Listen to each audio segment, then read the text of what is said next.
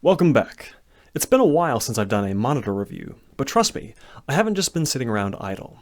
Instead, I've been working on ways to automate and expand my response time measurement process dramatically. And not just so I have less tedious work to do for each review, but hopefully to give you guys more and better information about what a monitor's gray-to-gray response time actually means. You've no doubt seen examples of what are called gray-to-gray heat maps on sites like TFT Central, Ratings, Hardware Unboxed, and of course here on Aperture Grill. Each row has the initial RGB value and each column the ending value. So when you see one of these gray-to-gray heat maps, what does it mean if an RGB 255 to 0 response takes 4.5 milliseconds? Now you may be thinking, that seems pretty clear, but as I'll get to soon, it's not as straightforward as it sounds. I typically try to stay away from hyperbole in reviews, so I gave this video the title, How LCD Response Times Are Measured, and Why 10% to 90% gray-to-gray measurements Are Moderately Deceptive. That's about as clickbaity as I'm willing to go.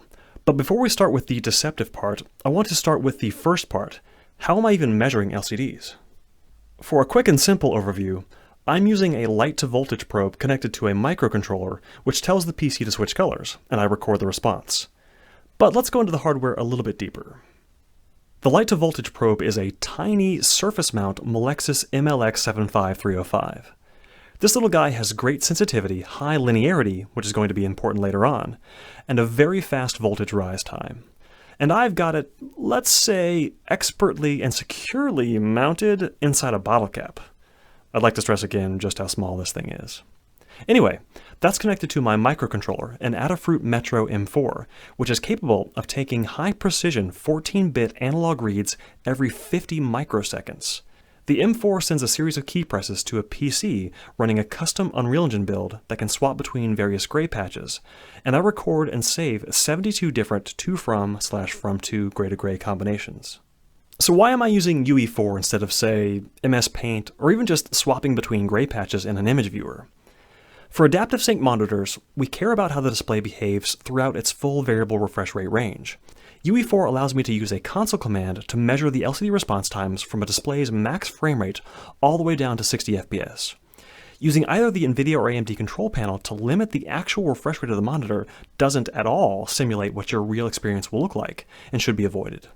I go into more detail about that in my Acer KG271U review, but for now, a good rule of thumb is that you should always allow an adaptive sync display to run at its maximum refresh rate. Back to the measurements. Let's now take a look at one particular response, full white RGB 255 to full black RGB 0, on the Asus VG27AQ. The VG27AQ was one of the first monitors I reviewed, and I'm still using it as my primary display. And since in that review I recommended using what Asus calls Trace-Free 60, which is really just their old name for overdrive, I'll stick with that here. Each 14-bit analog read on the M4 returns response values from 0 all the way up to 2 to the 14th power, or 16,383, and I've got those plotted on the chart on screen now. At the top end, the white average measures approximately 16,000, leaving just enough headroom so I don't clip the response. And at the bottom, black, which isn't really black on an IPS display, measures about 400. But 400 watts, you ask?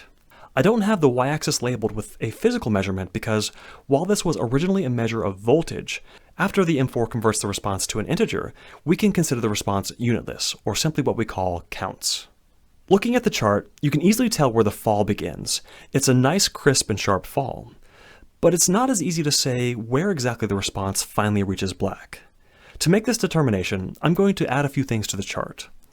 Raw responses are remarkably noisy, so I need to give myself bands around both the high average value and low average value of the response. I'm using here 3.5 standard deviations above and below to be sure I catch the real response and not just momentary noise. With those added, here's what I have for the response time of this transition, where the signal finally and fully reaches its low level, 18.2 milliseconds. That seems high. 165 Hz means a new frame every 6.06 milliseconds. How can Asus be selling this as a 165 Hz display if this response is 3 times longer than a full frame? I can tell what many of you are thinking. It really looks like the VG27AQ made it most of the way to black in maybe 10 milliseconds or maybe 7 milliseconds. So perhaps you're thinking my measurement isn't really representative of the true response time. The VG27AQ was and still is a very popular monitor, and it's been reviewed by most of the sites that actually measure gray-to-gray responses. So let's take a look at a few other reviews. TFT Central, at a slightly different refresh rate, has the 255 to 0 time at 6.8 milliseconds. Ratings has it at 5.2 milliseconds. Hardware Unboxed at 5.91 milliseconds. Why is my measurement here almost triple these? Or from a different perspective, how are the others getting 5 to 6 milliseconds? Here's where we can finally get back to part of this video's title, 10% to 90%, or in this case, 90% to 10%. 10 to 90 times are quite common in engineering and signal analysis. In fact, if we go back and look at the datasheet for the Melexis probe, you may have noticed that the VDD rise time was measured from 10% to 90%. For digital signals especially, low to high, 0 to 1, when you're 90% of the way there, you're all the way there. So let me now add in both the 10% and 90% signal levels on the chart. 10% is at about 2,000, 90% at about 14,500. And if we look down to the x-axis, 90% happens at 0.41 milliseconds, and 10% at 6.87 milliseconds, for a response time of 6.46 milliseconds, very close to the other sites. You might also be thinking that while I'm being too strict, 10% might actually be too lenient, so perhaps we should use 5% to 95% instead. But this brings up a good question. How much real visual difference are we arguing about? We know that the very top value, 16,000, is pure white, RGB 255. We know that the bottom value, 400, is black, RGB 0. Well, it's an IPS trying to display RGB 0. But those two 90% and 10% measurements, 14,500 and 2,000, what RGB are they? And that is a great question. Before I take any response time measurements, I measure the gamma response of the monitor. Using the same 14-bit readings, I capture the average brightness of the display at RGB 0, RGB 5, RGB 10, and so on, all the way up to white, RGB 255. Recall how I mentioned earlier that the Melexis light probe has very good linearity? That means that if we hit the sensor with twice as many photons, we get twice the output voltage, and 5 times the amount of photons gives us 5 times the voltage. Keep that in mind as we look at this data. Let's start at the low end first. For black, I'm reading an average value of 499.3. For RGB5, the average is 501.8, only 2.5 higher.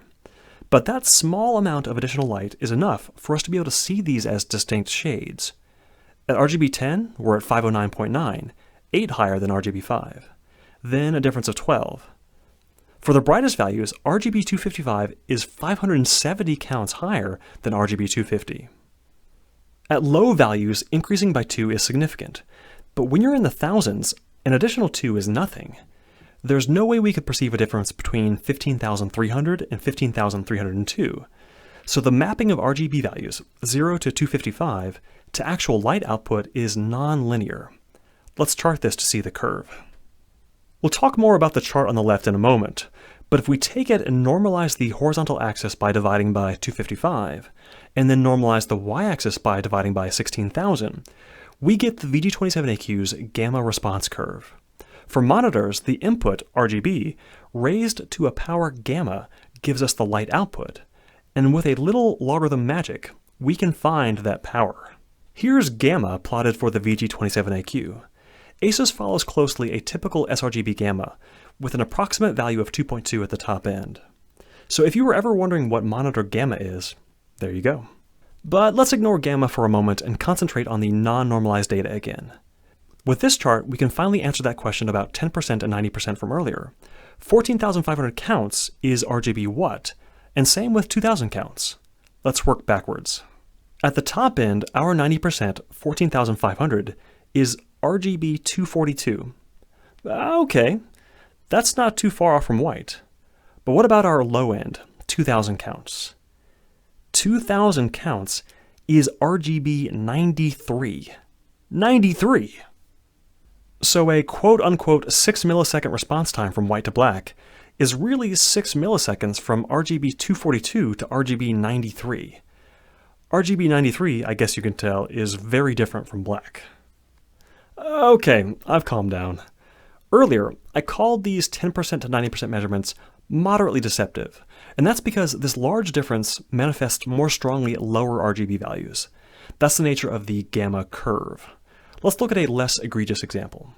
For this response from RGB 95 to 223, I kept the frame rate the same, 165 FPS, but here the VG27AQ was set to its maximum overdrive, trace-free 100.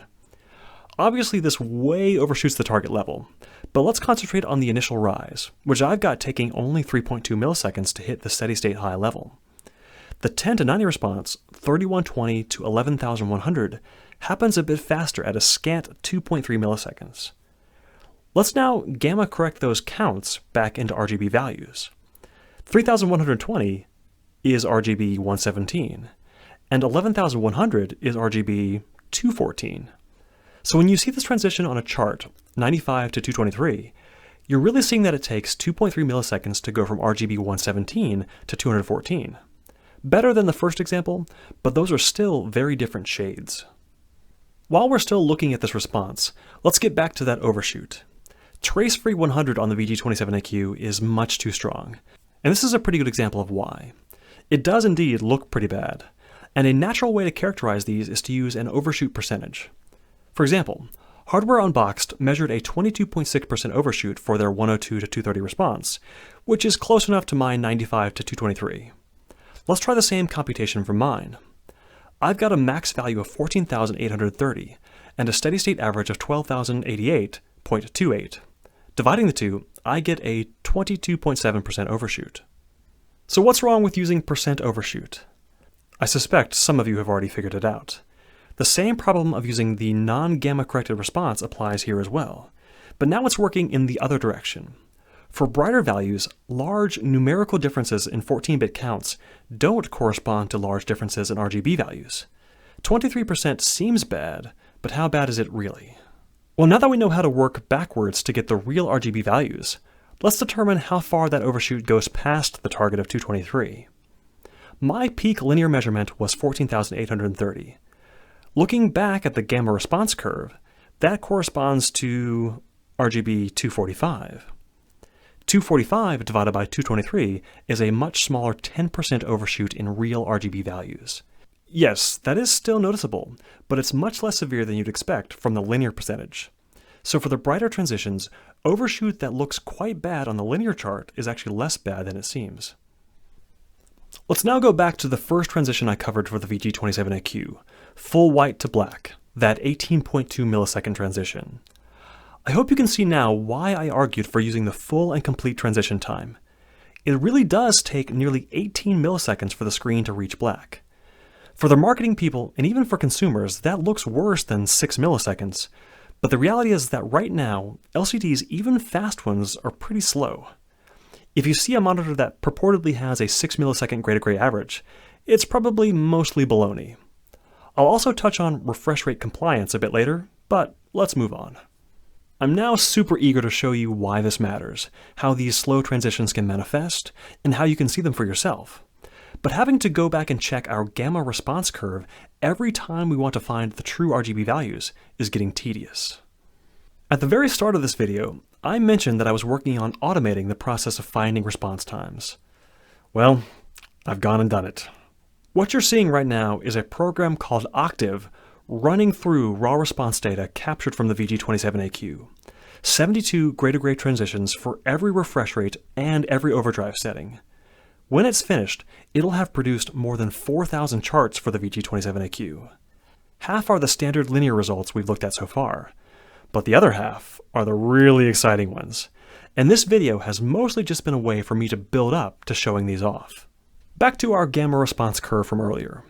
This non-linear mapping of RGB values to light output, in our RGB values, raised to the power gamma equals light output. That can be inverted if we take the gammath root of our linear light response. So with Octave, I can transform all of the linear response graphs into RGB response graphs. Very exciting. Let's take a closer look at one. Sorry I don't have my fancy aperture grille colors on these, but plotting in Octave is just about the hardest thing I've ever done, so we're going to stick with plain white. But we're back with our white to black transition. The standard linear response I showed earlier is on the right, and the gamma-corrected response is on the left. The x-axis is the same for both, so the full transition still takes 18.2 milliseconds. But notice that on the left, the y-axis is now RGB values rather than a 14-bit count. It's a bit hard to visualize, but the gamma inversion took the linear chart and massaged and pulled the lowest values up to have higher prominence. The very small difference between RGB10 and RGB15, 510 counts versus 525, is completely lost on the linear graph. But the gamma inversion makes that difference visible. It does come at the cost of noise in the lowest values, but it's worth it. Let's see why. 1 millisecond after this falling transition started, the VG27AQ was showing RGB 223. At 5 milliseconds, we're at RGB 123. At 6 milliseconds, one full 165 Hz frame, we're at RGB 107. Definitely no refresh rate compliance here. Think about that. The screen is supposed to be black, but after one frame, it's still at RGB 107. Imagine if we were really strict about refresh rate compliance, meaning that nearly every response would need to be complete in less than one frame. You'd either get no compliance at all, or we'd have to drop monitor refresh rates by a lot. The VG27AQ would be a 90 Hz monitor at best. At 10 milliseconds, we're at RGB 53. 12 milliseconds, 2 full frames at 165 Hz, we're at RGB 37. Only after 18.2 milliseconds do we reach the noise floor of what I can measure as black. Nothing about this transition happens in 6 milliseconds. If you're at all interested in what LCDs are really doing, these charts are amazing, and they'll be the basis for all my future reviews. I'll talk more about other monitors in a bit. So how does this look in practice? Well, since I've been using the VG27AQ as my daily driver, I've noticed that in MS Paint, a program I find myself using weirdly a lot, I often completely lose track of where the cursor is when I'm using the paintbrush tool. I was always a bit perplexed by that until just now. The paint cursor is only 9 black pixels, and every time the cursor moves, those pixels at the new position must transition from white to black. When moving the mouse slowly, it's not a problem. 18.2 milliseconds is still pretty fast in real terms. But as soon as I move the cursor with any speed, the display can, in one frame at best, only drop down to a moderate gray, which is completely lost in a sea of white. Another test I used for my BenQ GW2760 HS review, which was a VA panel, was the Gaia 3D star map. In that review, I used it to show the long, smeary dark transitions that most VA panels have. But if I get a bit fancy with Windows color filters, I can invert the screen to show the star field as a smattering of black pixels on a white background. Any fast motion or panning causes the screen to visibly lighten until the motion stops and the pixels have time to fall to black. This is another example where claiming a 6 millisecond fall time is moderately deceptive. But I think one of the best ways to see why these slow decays matter is to look at pursuit photos taken with backlight strobing enabled. My Frog Pursuit program has a crosstalk pattern that's really useful for this. But if you'd like to see this in your own browser, you can use the excellent Blurbuster's Test UFO site to set up a 1-pixel white line panning across an RGB 64 background. This is a challenging test for any monitor. The panel has to jump up to white for one frame and then immediately fall back to gray on the next. Without strobing, the moving line just looks blurry. But with backlight strobing, each individual strobe captures a snapshot in time. For the VG27AQ, one every 6.06 milliseconds, showing exactly what state that pixel is in. In this shot, I see at least 6 vertical lines. Why are these still visible? Let's take a look at the gamma-corrected response. When strobing is enabled, ASUS locks the panel to trace-free 80, but it's not really helping for this transition. The primary ghost image in the pursuit shot froze in time what the display was doing 6 milliseconds after the fall began, and the panel was still displaying RGB 124. Easy to see against the dark gray background. Another frame later, we're at RGB 90. At 3 frames, RGB 75. Even 4 frames later, at a very long 24 milliseconds, the display hasn't yet reached its target. These small RGB differences, which get completely lost in 10% to 90% measurements, are indeed visible. For a quick comparison, let's see how a CRT handles the same scene. Amazingly, even a CRT shows trailing ghost images due to its phosphor decay, just like the LCD. But the CRT's primary ghost is better than even the 4th or 5th on the ASUS. It may seem like I'm picking on the VG27AQ a bit here, and that's true. I purposely chose some of its slowest transitions to illustrate my point about 10% to 90% response times. IPS displays tend to have slower falling transitions than the reverse, so I'll show some of the VG27AQ's better responses later. Alright, so the VG27AQ can't beat a CRT. But how do other LCDs do?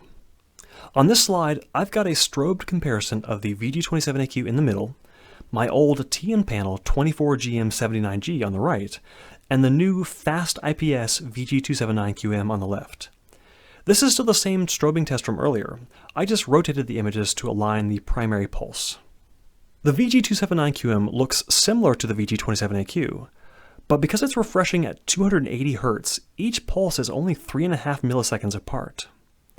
If I indicate where 10 milliseconds would be for each display, we can see the VG279QM is doing much better than the VG27AQ. But look at that TN panel. Let me throw on the gamma-corrected responses so we can see how the 24GM79G is doing so well. The TN actually gets to the target level fast, not just near the target level. This is another example of how typical response time measurements don't really tell you what's going on. Earlier, we manually found out how far the VG27AQ overshot its target, but with Octave's help, I can find the exact value for any response that exhibits either overshoot or undershoot. Right now I'm running through the 85 FPS responses with ASUS's overdrive setting at its maximum, trace-free 100, and you can see a lot of overshoot and undershoot. But let's stop at one chart, RGB 127 to 95. This response reaches the target level fairly quickly, 3.4 milliseconds, but it undershoots. On the top left of each chart, I have Octave print how far the response goes past its target level, if it indeed does. This one sails past RGB 95 all the way to RGB 71 before slowly returning back to 95 at 30 milliseconds. The very next chart shows the same.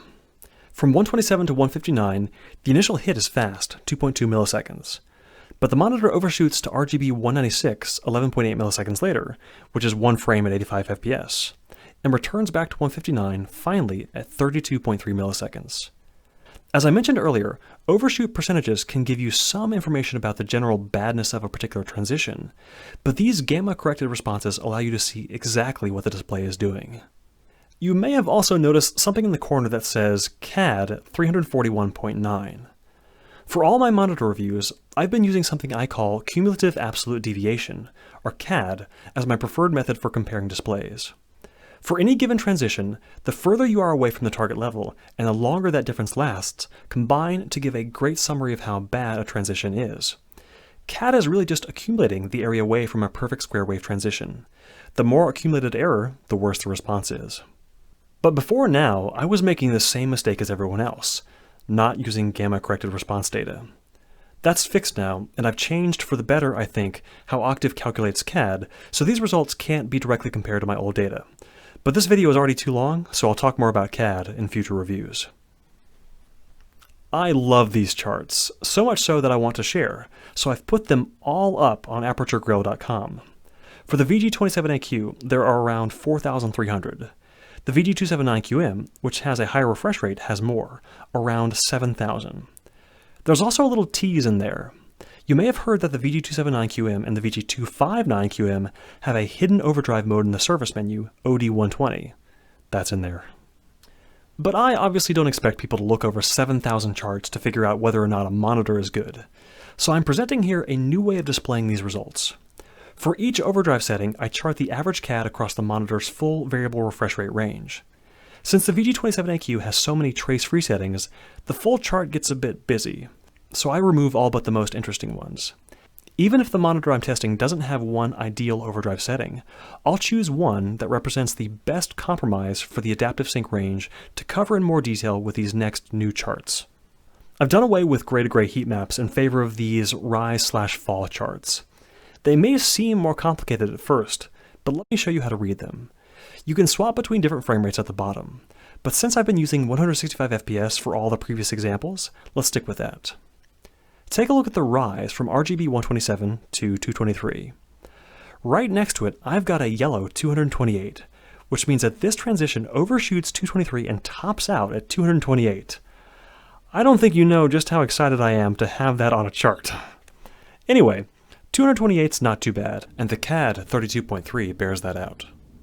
And because this is an overshoot response, the first and real responses will be different. 4.7 milliseconds to hit the target, but 13.2 milliseconds before it settles back down to 223. But let's look a little broader at all the CAD scores. The rise transitions are significantly better than the falling ones, an average of 48 versus 82. If you were wondering why I picked those falling examples from earlier, I knew in particular that the 255 to 63 transition on both of ASUS's IPS monitors was just about the worst of the bunch. But it was a nice illustration of the problem of using linear data. Also note that since this response didn't undershoot, both the first and real responses are the exact same. At high refresh rates, Trace360 is well behaved, so we're not getting much overshoot. But as I drop the refresh rate, more and more yellow numbers are popping up, and the CAD is getting worse and worse. But suppose you're unsatisfied with just these values, and you want to see why exactly the rise from RGB95 to 255 has half the CAD of the transition right above it. Here's how to find graphs of those two in the response time files. Open up Trace360, go to Charts, Trace360 FPS 60. You can look at the linear charts if you want, but we want the RGB charts. RGB 95 to 223 and 255 are 3 to 7 and 3 to 8 respectively. Right now, I only have full data for the VG27AQ and the VG279QM. I'd love to present the same gamma-corrected charts for monitors I've reviewed in the past, like the ViewSonic XG270QG and the Acer KG271U, but I no longer have them. And since my new methodology requires 14-bit measurements, I can't reuse the 12-bit data from those reviews. So I need something new. Unfortunately, I don't have any new monitors to review. Sorry about that. And sorry for the long delay between videos. If you've made it this far, wow, thank you. You may have just been expecting someone to explain how to stick a light probe on a screen, but this video took a turn. Anyway, I'm hoping I've answered, at least to some satisfaction, why 10% to 90% measurements for LCDs represent a bit of a collective self-deception shared between manufacturers and consumers, allowing us to believe in higher and higher frame rates, and allowing them to sell us more and more expensive 1080p displays. So this time, truly, thank you for watching.